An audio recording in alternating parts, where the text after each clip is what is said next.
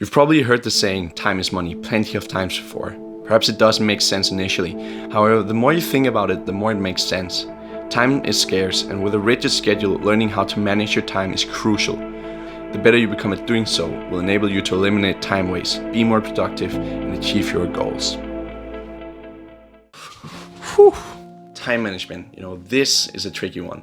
If you're anything like me, you have so many things, so many goals that you want to achieve, but you only have so much time to do so. This is why I plan my schedule, so I can be the most time efficient and eliminate any time waste. Alright, so I always try to plan out my day, and if we use my schedule, it goes like this. So I always wake up at 6 a.m. in the morning, and in the future I'll make a more in-depth video of my morning routine. But anyways, at 7 a.m. I go take the bus, and then at 8 a.m. I arrive at the school.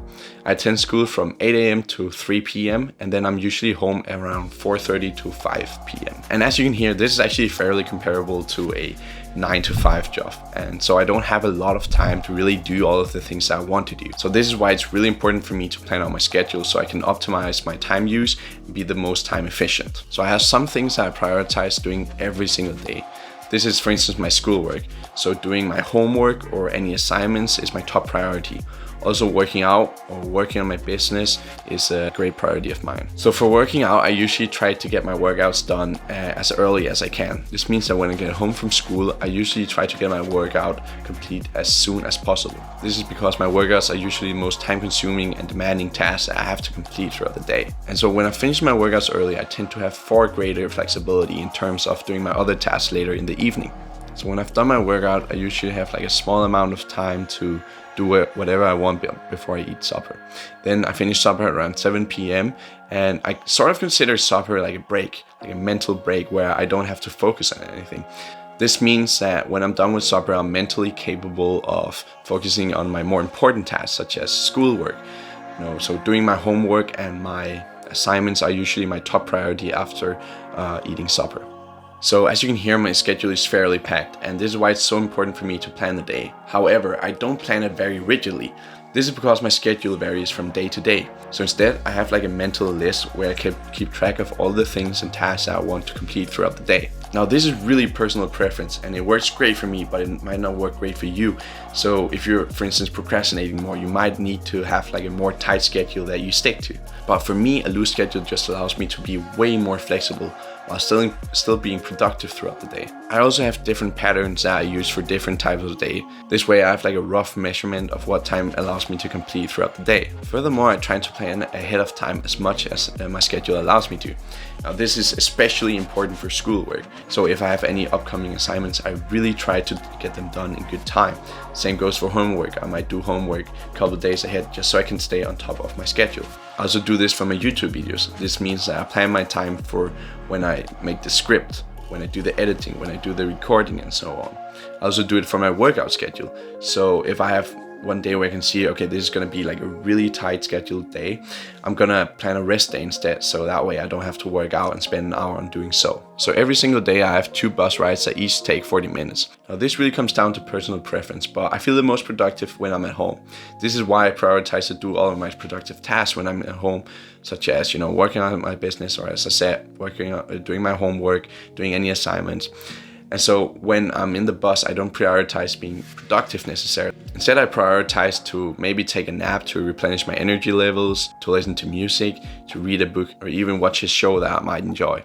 I think planning a schedule that fits you really comes down to modesty, because if you try to be productive throughout the entire day and you don't allow yourself to have any sort of relaxation, you're gonna go dead in it, and it's just not gonna work for you. You can't be productive 100% of your day. That's just not possible. You're actually gonna be way more productive if you take 5 minutes off, every now and then to just, get your mind somewhere else and just out of whatever you might be in that situation, instead of just trying to stay focused, because that's not how your brain works. Your brain needs relaxation, every now and then. All right, so when it comes to evening, I usually try to save some of my most enjoyable tasks for this. And this is because I'm usually pretty tired when I reach the evening. And, so I kind of just want to do something that, I enjoy doing, but at the same time, something, that contributes to reaching some of my goals.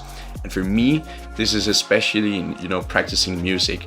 So practicing the piano or singing or just doing whatever, because, I really enjoy doing so. And at the same time, I still consider it being productive because at that time I work towards reaching some of my goals in the musical theme. Alright, so I usually end my day at around 10 p.m. and before I go to bed, I like to read for 15 to 20 minutes.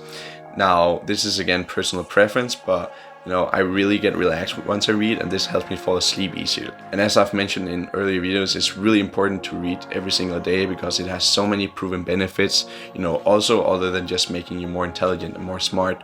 So I really recommend reading, especially before you go to bed. So as I said, in the end, planning your day really comes down to personal preference. What works for me might not work for you, but in this video I've given you sort of the highlights of my day and sort of the rough outline of my schedule.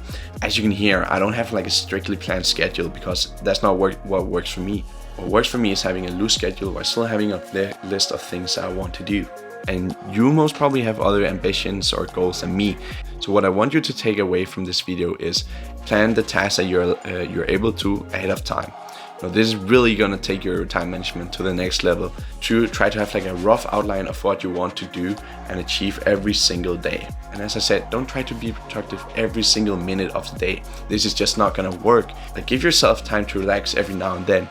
What is most important is modesty. It's okay to watch an episode of your favorite Netflix show now and then, but don't binge watch. Don't watch 4 or 5 episodes a day for an entire week, because this way you're just not gonna move ahead. You're not gonna achieve any goals in your near future. The same goes for video games. Like, it's okay to socialize and play with your friends every now and then. But if you play for hours every single day, when you reach your 20s and your 30s, all of a sudden you're gonna wake up and you're gonna be like, with all my instead, if you worked on your goals every single day, and this is something that I've mentioned before, when you reach the age of 30, you're gonna be standing before a whole empire of success and achievements that you have done throughout your whole life because you started working on it early.